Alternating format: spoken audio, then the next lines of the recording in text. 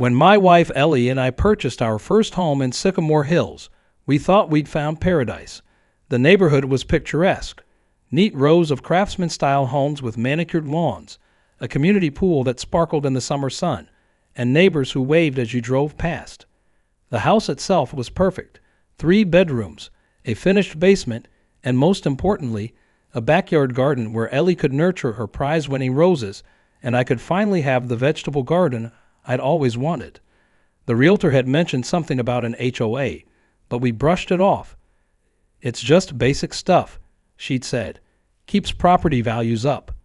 We'd signed the papers without much thought, dazzled by the granite countertops and the bay window in the living room. Our dream home. That dream began to unravel 3 weeks after we moved in, when a crisp white envelope appeared in our mailbox. Inside was a notice from the Sycamore Hills Homeowners Association, informing us that our garden hose, which we left coiled neatly beside our new raised beds, was in violation of Bylaw 7.32. No gardening equipment shall be visible from the street or neighboring properties. "This has to be a joke," I said to Ellie, who was frowning at the letter. "Our backyard isn't even visible from the street." "Maybe it's visible from someone else's yard," Ellie suggested, always the reasonable one. "Let's just put it in the garage when we're not using it." I grumbled but complied, a small concession to keep the peace in our new neighborhood. 2 days later, I met Karen Wilkinson for the first time. She appeared at our front door, clipboard in hand, perfectly coiffed blonde hair not moving despite the breeze. She wore a blazer with an HOA pin on the lapel, like some kind of suburban police badge. "Mr. Reeves, I'm Karen Wilkinson, president of the Sycamore Hills HOA," she said with a tight smile that didn't reach her eyes. "I'm here to discuss your unapproved vegetable garden installation." "Unapproved?" I echoed. "It's just a few raised beds in our backyard." Karen's smile tightened further. According to Bylaw 4.21, all exterior modifications require prior written consent from the Architectural Review Committee. "You'll need to submit a formal application with a detailed plan." "It's just a vegetable garden," I protested. "Rules are rules, Mr. Reeves," she replied, handing me a form. "We can't have people doing whatever they want. This is a premium community."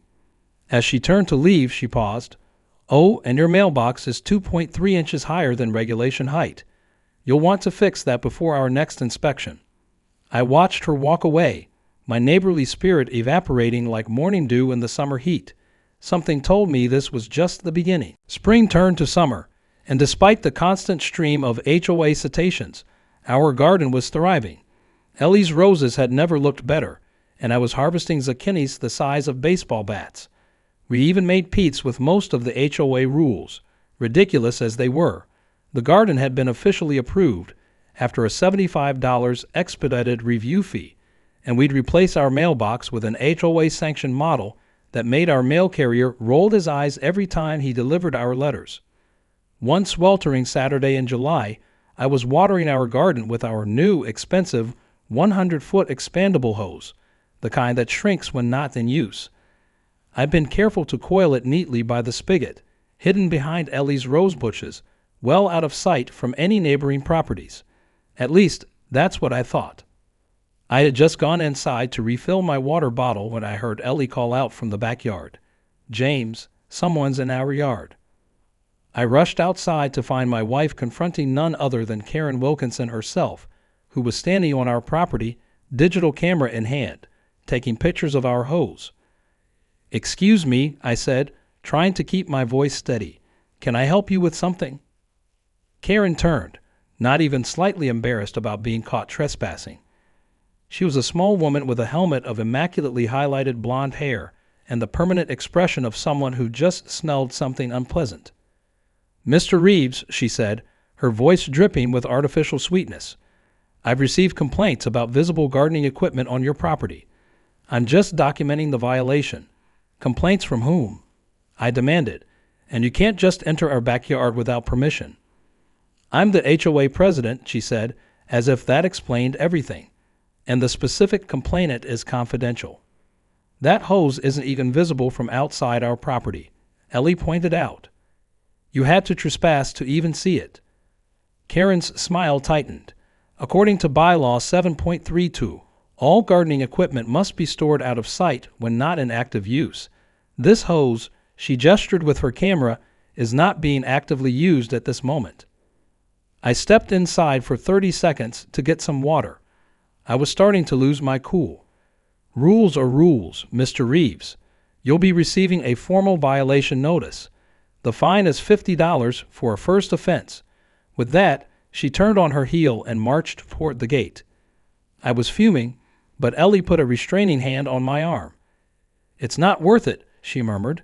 "Let's just pay the stupid fine." But the next day, when I went to water the garden again, the hose was gone, completely vanished. In its place was a printed notice. Item confiscated per bylaw 7.32. May be reclaimed at the HOA office with payment of $150 recovery fee. I was speechless. They had stolen our property, a $75 hose, and were demanding a ransom twice its value to get it back. When I called the HOA office, I was told Karen had personally removed the offending item and that she was the only one authorized to return it. But Karen, conveniently, was on vacation for the next 2 weeks. My garden would be dead by then in the summer heat. That evening, as I hand-watered our wilting vegetables with a watering can, making dozens of trips to and from the outdoor spigot, I realized this wasn't just about rules anymore. This was personal. Karen Wilkinson had declared war, and I had no choice but to fight back. "We need to understand what we're dealing with," Ellie said that night as we sat on our patio, drinking wine and staring at the empty spot where our hose should have been. My practical, level-headed wife had finally reached her breaking point. Sun Tzu said, "Know thy enemy." I raised an eyebrow. "You're quoting The Art of War now." She smiled grimly. "Karen wants a war? Let's give her one." The next day, we began our reconnaissance. First, we read the HOA bylaws cover to cover, all 127 mind-numbing pages of them. Then we started talking to our neighbors. It turned out we weren't the only ones suffering under Karen's reign of terror. The paddles at 408 have been fined for hanging Indian textiles as curtains, unapproved window treatments. The Rodriguez family had been denied permission to install a basketball hoop for their kids. Old Mr. Jenkins had received weekly citations for his unsightly collection of garden gnomes, which he'd eventually been forced to remove from his own private backyard.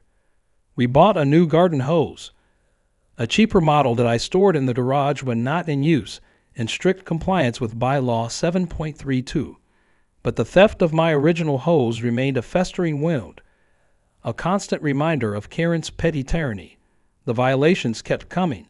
Excessive nitrogen content in lawn causing uneven coloration, unauthorized wind chimes, improper trash can placement. Apparently the wheels must face the house, not the street. Each citation came with a fine, and each fine seemed to increase in amount. The breaking point came when Karen issued a neighborhood-wide decree banning all vegetable gardens, effective immediately. The notice cited concerns about unsightly produce and potential pest attraction. We were given 14 days to remove our garden or face daily fines of $100. "She can't do this," I raged, pacing our living room. We got approval. We paid their stupid fees. Ellie was already on her laptop researching. Actually, according to state law, she can't. There's legislation protecting homeowners' rights to grow food on their own property. We drafted a formal letter citing the relevant laws and sent it to the HOA board. 3 days later, we received a modified ruling. Vegetable gardens would be permitted, but only if they were not visible from the street or neighboring properties and were limited to no more than 12 square feet in size. Our garden was 64 square feet. "This is ridiculous," Ellie fumed. "They're just changing the rules to target us specifically." We weren't the only ones feeling the heat. The Rodriguezes had finally installed a portable basketball hoop for their kids, setting it up only during playtime and storing it in their garage otherwise. Karen had it towed away while the children were at school, claiming it was abandoned property on a community right-of-way. Mrs. Rodriguez was in tears at our impromptu community meeting that evening. "My kids just wanted to play basketball. Is that so terrible? It was time to organize. The Paddles, the Rodriguezes, the Chins, old Mr. Jenkins, and half a dozen other families joined forces with us. We started documenting every violation, every inconsistency in enforcement, every instance of Karen or her board members breaking their own rules. We were building a case, but Karen was already 2 steps ahead. The next day, a special assessment notice appeared in all our mailboxes. $500 per household for community improvements, due within 30 days. The war had officially escalated. The special assessment was just the beginning. Those who questioned it received additional violations. Those who refused to pay found lands placed on their properties. Karen's reach seemed to extend even to the local bank, where the HOA board member Barbara Jenkins, no relation to old Mr. Jenkins, worked as a loan officer. My weekly neighborhood poker game provided an unexpected lifeline in the form of Mike Turner, who worked for the city's Public Works Department. After a few beers and a hand where I deliberately folded a full house to let him win, Mike became quite chatty. "You know what's funny about your neighborhood?" he said, stacking his chips. "The sewer system there is a nightmare. The whole place was built in the 70s, and they use this substandard piping that's way past its lifespan now. The main line that runs under Sycamore Drive is held together with hope and prayers." "Really?" I said, suddenly very interested. "Does the HOA know about this?" Mike snorted. "Oh, they know. Your HOA president, Karen, right? She's been fighting with the city for years. We need to dig up part of that fancy front entrance to replace the main junction, but she won't hear of it. Says it'll ruin the aesthetic appeal of the neighborhood." "Isn't that dangerous? What happens if the pipes fail?" Mike took a swig of his beer. "Sewage backup. And not just a little bit. We're talking about a potential catastrophe. But hey, at least your front entrance will look pretty while raw sewage floods your basements." I went home that night with a spark of an idea forming. It wasn't yet a plan, but it was the beginning of one. The next day, the situation reached its breaking point. I returned home from work to find Ellie in tears and a bright orange foreclosure notice taped to our front door. "They're foreclosing on our house," she sobbed, "for unpaid HOA dues and fines." I stared at the notice in disbelief. We paid every legitimate fee. Yes, we contested some of the ridiculous fines, but to move straight to foreclosure. I called our lawyer immediately. He confirmed my suspicion. The foreclosure was premature and possibly illegal, but fighting it would cost thousands in legal fees, and the HOA knew it. "This is extortion," I seethed. "It's worse than that," Ellie said, wiping her eyes and regaining her composure. "Look at this." She handed me a stack of documents she printed out. Through some impressive detective work, she discovered that Karen's husband owned a foreclosure real estate company that specialized in distressed HOA properties. They'd pulled the same stunt in 3 other neighborhoods: push homeowners to foreclosure through excessive fines and assessments, then buy the properties at a fraction of their value through an LLC that was difficult to trace back to them. "They're trying to steal our house," I said, the realization hitting me like a bucket of ice water. That night, I couldn't sleep. I paced our living room, running through options in my mind. Legal action would be slow and expensive. Moving wasn't an option. Who would buy a house with a pending foreclosure and a hostile HOA? Fighting the board head-on had only made things worse. I found myself staring out the window at Karen's house down the street, its perfect lawn and manicured hedges illuminated by decorative solar lights that were identical to every other board member's yard. Her prize-winning garden, which had earned her best garden in the community competition 4 years running, was visible from the side yard. And then I remembered what Mike had told me about the sewer system. I smiled for the first time in days. If Karen wanted to play dirty, I could get a whole lot dirtier. The next morning, I called in sick to work and got to researching. I visited the library and read everything I could about residential sewer systems. I watched YouTube videos about plumbing and pressure valves. I took walks around the neighborhood, noting the location of every manhole cover and utility access point. During one such walk, I located the main clean-out access point for the sewer line, exactly where Mike had said it would be, partially hidden behind decorative shrubs near the neighborhood entrance sign. It was marked with a small metal cover stamped sewer and secured with a simple bolt. A standard pipe wrench would open it easily. Meanwhile, Ellie focused on building a legal defense and gathering support. She started a neighborhood book club, which quickly became a covert support group for Karen's victims. They met in our living room, ostensibly discussing The Great Gatsby, while actually sharing HOA horror stories and plotting minor acts of rebellion. The Rodriguez family has agreed to file a discrimination complaint with the city over the basketball hoop denial, Ellie reported after one meeting, and the Chens are going to demand a full audit of the HOA finances at the next quarterly meeting. Most importantly, she filed a formal complaint with the State Attorney General's office, documenting the pattern of selective enforcement, potential conflicts of interest, and abuse of foreclosure power. We didn't expect immediate results, but it was a start. I also needed specialized equipment for my backup plan. I ordered a heavy-duty pipe wrench online, along with thick rubber gloves and a respirator mask. These arrived in separate packages to avoid suspicion. I purchased a cheap prepaid phone for communications on the day of the operation, and most importantly, I acquired a portable water pressure gauge from a plumbing supply store 2 towns over, paying cash.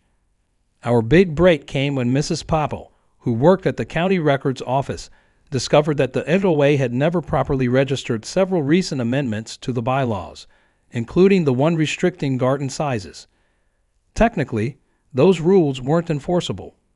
Armed with this information, we called an emergency meeting of our newly formed Sycamore Hills Homeowners' Rights Group at the local library, neutral territory outside Karen's jurisdiction.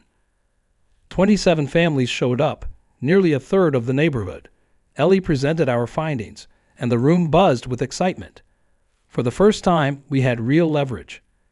We drafted a letter to the HOA board, citing the improper registration of the bylaw amendments and demanding the immediate withdrawal of all related violations and fines.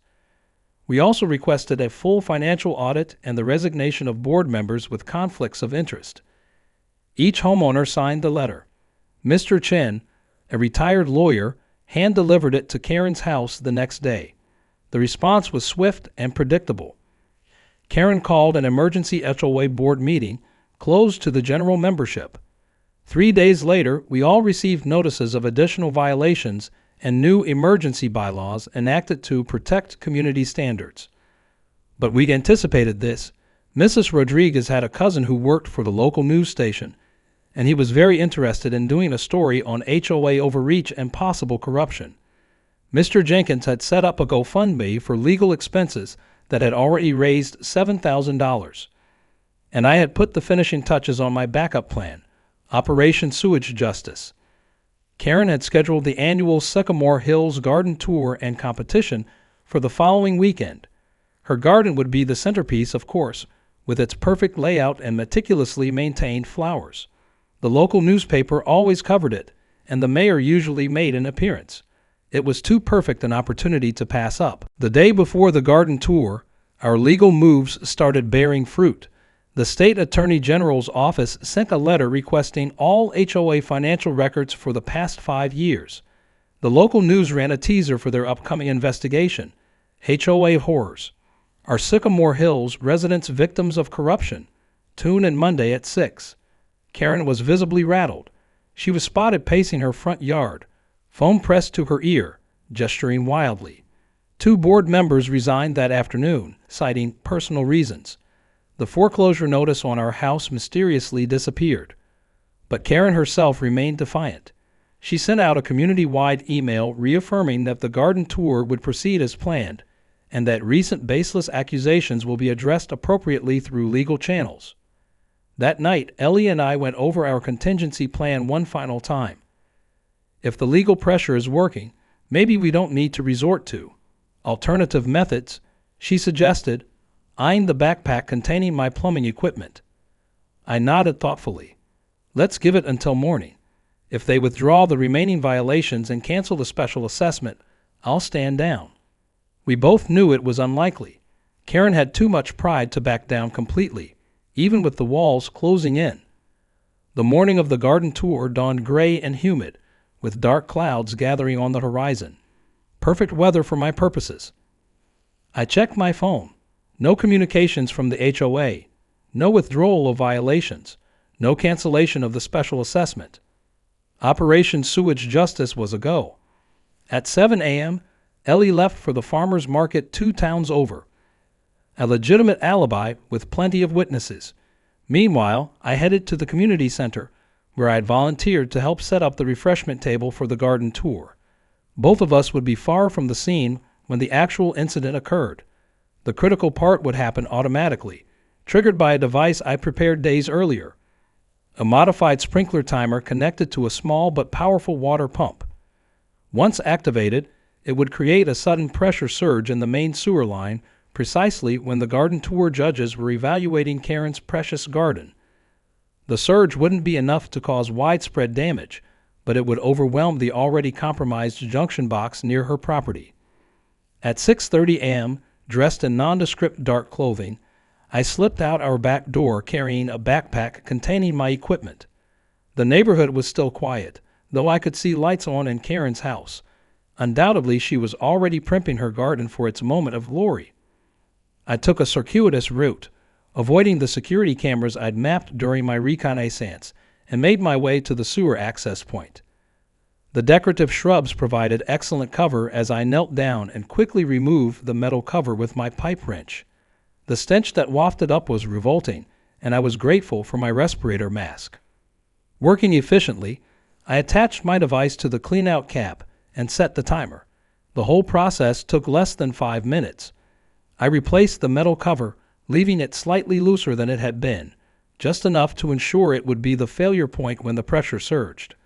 By 7:15 a.m., I was setting up folding tables in the community center as if nothing had happened. The HOA secretary, Barbara, one of Karen's loyal minions, arrived to supervise the preparations. "James, make sure those tablecloths are perfectly centered," she instructed, clipboard in hand. "Karen wants everything to be perfect for the judges." "Of course," I replied pleasantly. "Can't have crooked tablecloths ruining the ambience." As the morning progressed, the community center filled with volunteers and early arrivals for the tour. Outside, the sky darkened as the promised storm approached. I checked my watch, 9:45 a.m. 15 minutes until the rain was forecast to begin. 45 minutes until my device would activate. At 10 a.m., right on schedule, the rain started, a few drops at first, then quickly intensifying to a downpour. Perfect. The added water would increase the pressure in the sewer system, making my device even more effective. Karen bustled into the community center, wearing a plastic rain bonnet over her helmet-like hairdo. "This rain is a disaster," she complained loudly. "The judges will be here in 20 minutes, and my delphiniums are getting pummeled." "Such a shame," I commiserated. "All that hard work, too." She gave me a suspicious look, but was too preoccupied to dwell on it. She hurried back out into the rain, clutching an umbrella emblazoned with the HOA logo. At 10:25 a.m., I positioned myself near the window, ostensibly arranging flower displays. From there, I had a partial view of Karen's property down the street. I could see her frantically adjusting protective coverings over her more delicate plants as a silver sit-in pulled up. The garden club judges had arrived early. And then, at exactly 10:30 a.m., it happened.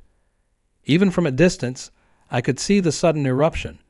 A geyser of dark water shot up from the ground near the junction box, exactly where I predicted the pressure would find the point of least resistance.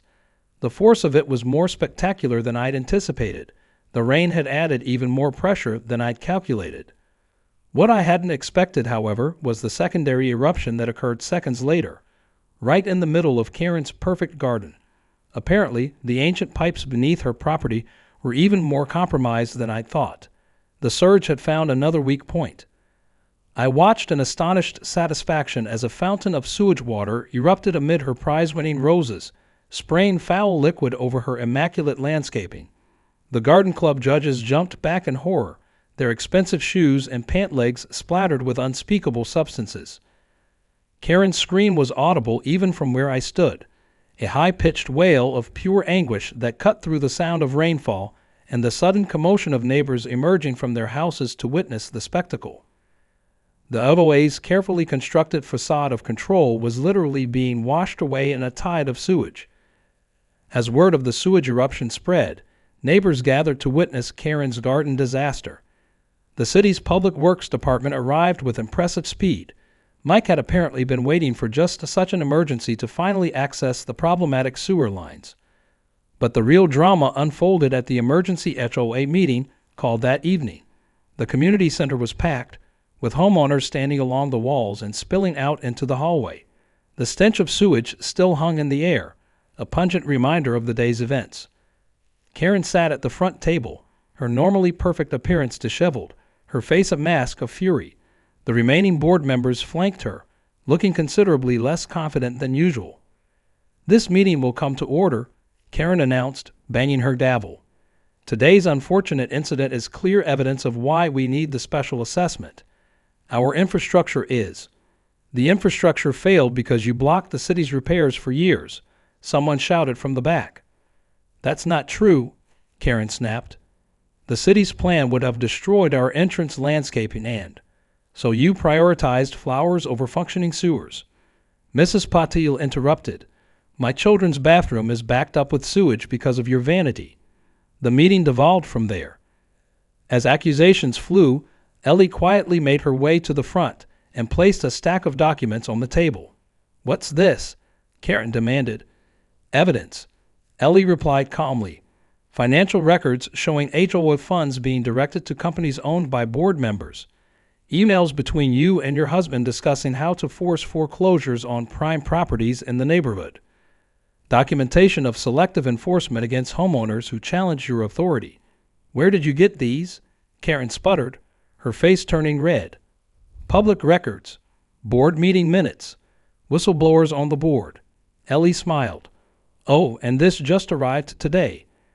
She held up an official-looking letter. "The state attorney general is launching a formal investigation into Sycamore Hills HOA for multiple violations of state law. All foreclosure proceedings have been suspended pending the outcome." The room erupted in cheers. Karen lunged for the documents, but Mr. Chen was quicker. As a retired lawyer, he knew exactly how to preserve the chain of evidence. "You can't do this," Karen shrieked, her carefully maintained facade crumbling completely. "I built this community. I protected our property values. Without me, you'd all be living next to painted purple houses and front yard junkyards." "Actually," said a new voice from the doorway, "they'd be living next to properly functioning sewer lines." All heads turned to see Mike from Public Works, accompanied by the city inspector and 2 police officers. "Karen Wilkinson," one officer said, stepping forward. "We have some questions about allegations of embezzlement of HOA funds and fraudulent foreclosure practices." As Karen was escorted out, still protesting her innocence, the remaining board members hastily resigned. Before the night was over, an interim committee had been elected, with Ellie as the temporary chair. An audit was scheduled, and the special assessment was unanimously rejected. The sewage disaster had broken Karen's power, but it was the community coming together that had truly defeated her. 6 months later, Sycamore Hills was a different place. The new HOA board, elected in a record turnout election, had revised the bylaws to be more reasonable and focused on actual community needs rather than aesthetic micromanagement.